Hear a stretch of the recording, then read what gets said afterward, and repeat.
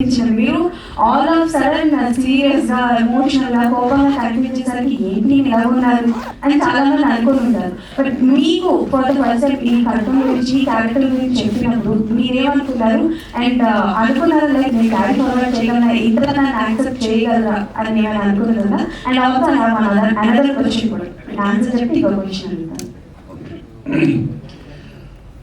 First అనుకున్నప్పుడు నేను వంశీ దగ్గర నుంచి ఆఫర్ రాగానే ఒకటే అనుకున్నాను, అది ఎటువంటి క్యారెక్టర్ అయినా నేను చేయాలని డిసైడ్ అయ్యాను. నేను సబ్జెక్ట్ కూడా వెళ్ళాను ఫస్ట్.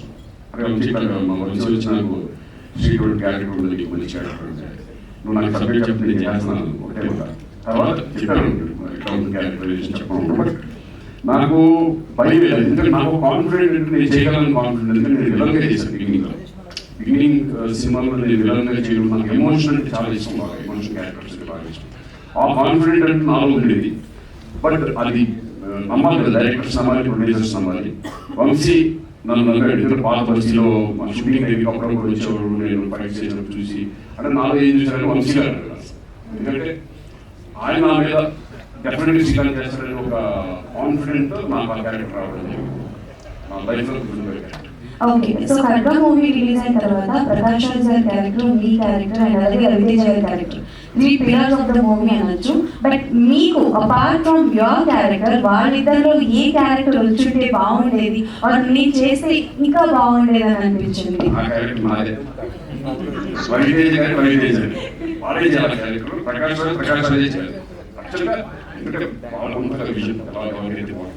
బట్ నేను ఆ క్యారెక్టర్ నేను ఊహించుకోలేదు, ఎందుకంటే నా క్యారెక్టరే నాకు బాగా నచ్చింది. నాకైతే రవితేజ గారు అలాగే ప్రకాష్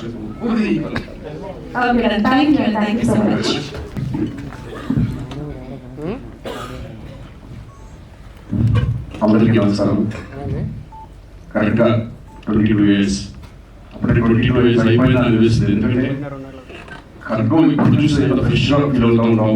ప్రతి ఆగస్టు 15 కానీ గాంధీ జయంతి కానీ ఇప్పుడు కూడా టీవీలో చూసి మళ్ళీ చాలాసార్లు చూడడం జరిగింది. మా సినిమాలో బెస్ట్ ఫిల్మ్ ఇప్పుడు చాలా మంది అడుగుతా ఉంటారు, ఖడ్గం లాంటి ఫిల్మ్ తీయండి ఎక్కడ తీసుకోవడం తీయము. ఎందుకంటే అది ఒకటే వస్తుంది, పీస్, మాస్టర్ పీస్. నా లైఫ్లో నేను ఇప్పటికీ మర్చిపోలేని ఈ సినిమా మళ్ళీ అక్టోబర్ 18న రిలీజ్ చేయడం చాలా సంతోషంగా ఉంది. ఎందుకంటే జనరేషన్స్ మారిపోతా ఉన్నాయి, 20 years జనరేషన్స్. ఇప్పుడున్న జనరేషన్కి ఎవరికి ఖడ్గం ఎవరికి తెలియదు, ఎందుకంటే వాళ్ళు 20 years వచ్చేస్తున్నాయి కాబట్టి ఆ యూత్కి ఎవరికి కూడా ఖడ్గం గురించి నాకు తెలియకపోవచ్చు. మళ్ళీ ఒక మంచి పేట్రియాటిక్ ఫిల్మ్, మంచి ఫిల్మ్ మీ ముందుకు రాబోతుంది. డెఫినెట్గా ఒక మంచి సినిమాను చూసి అనుభూతి మీకు కలుగుతుందని నేను మనస్ఫూర్తిగా అనుకుంటున్నాను. డెఫినెట్గా ఈ వంశీ అసలు ఈ సినిమా నాకు వచ్చేది కాదు, నన్ను వద్దని ప్రొడ్యూసర్ గారు మొదలుగురి ఫస్ట్ అంటే ఒకటి అంతకుముందు నేను ఎప్పుడు ఫ్యామిలీ సబ్జెక్ట్ చేసేవాడిని. ఫ్యామిలీ సబ్జెక్ట్ చేస్తూ ఇంత పెద్ద దీంట్లో ఒక బ్యూటిఫుల్ మంచి ఎమోషనల్ క్యారెక్టర్ చేయడం అనేది ప్రొడ్యూసర్స్ డెఫినెట్గా వంశీ ధైర్యం చేసి నాకు ఇచ్చాడు. కానీ ఎందుకంటే వంశీ అది సొంతనం కదా, శ్రీకాంత్ కాకుండా వేరే అయితే నేను చాలా సినిమా చేస్తానని చెప్పారు ఆయన. కానీ ఆయన అమ్మగారిలో కూడా న్యాయం ఉంది, ఎందుకంటే ఆ రోజుకు నేను ఫ్యామిలీ సబ్జెక్ట్ చేశాను, భయపడ్డాడు, ప్రొడ్యూసర్గా భయపడ్డాడు. కానీ వంశీ నాకు శ్రీకాంత్ గురించి తెలుసు, ఆ రేటర్ తెలుసు. డెఫినెట్గా శ్రీకాంత్ నాకు కావాలి అని కొట్టుబట్టి మళ్ళీ ఈ క్యారెక్టర్ నాకు ఇవ్వడం నిజంగా మన లైఫ్లో నేను మర్చిపోలేను. వంశీ అలాగే మనోహరి కూడా బట్ అన్నాడు తర్వాత మళ్ళీ ఎస్ నువ్వు అనుకున్నది కరెక్టే చేసిందని చెప్పారు ధైర్యంగా.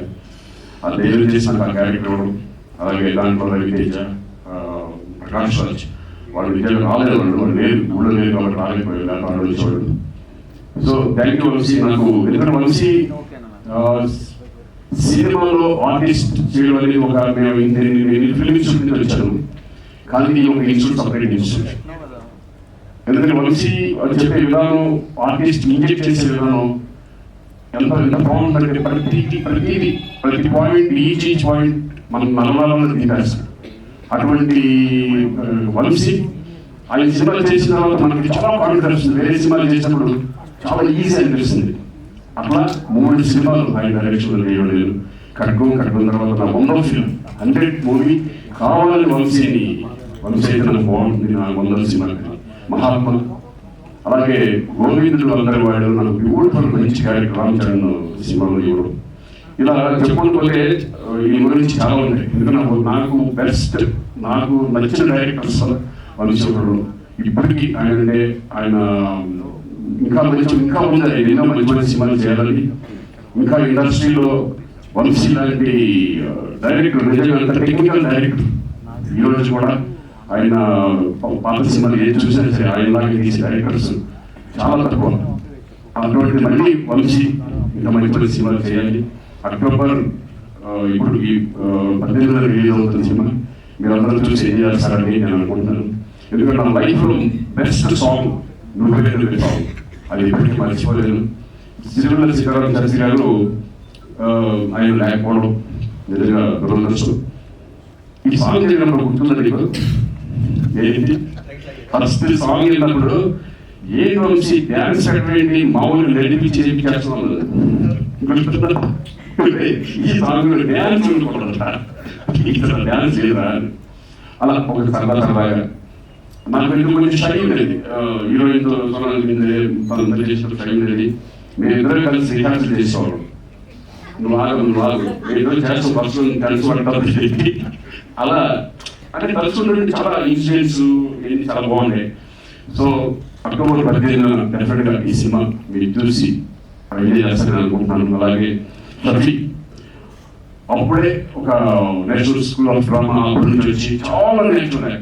ఎంత నేర్చుకుని అంటే మేము ఫస్ట్ అంతా నేను ఇన్స్టిట్యూట్ నుంచి వచ్చాను కానీ బట్ వాళ్ళ ఇన్స్టిట్యూషన్ వాళ్ళ స్టైల్ ఆఫ్ యాక్టింగ్ వేరే ఉన్నారు. అంటే మెథడ్ యాక్టింగ్ టైప్ ఆఫ్ ఎక్కువ ఉంటుంది కదా ఇన్స్టిట్యూషన్. మాదంతా ఇవ్వగా ఉండేది ఉంటారు. సో వండర్ఫుల్ ఆర్టిస్ట్ ఇండస్ట్రీ పరిచయం చేసేవాళ్ళు.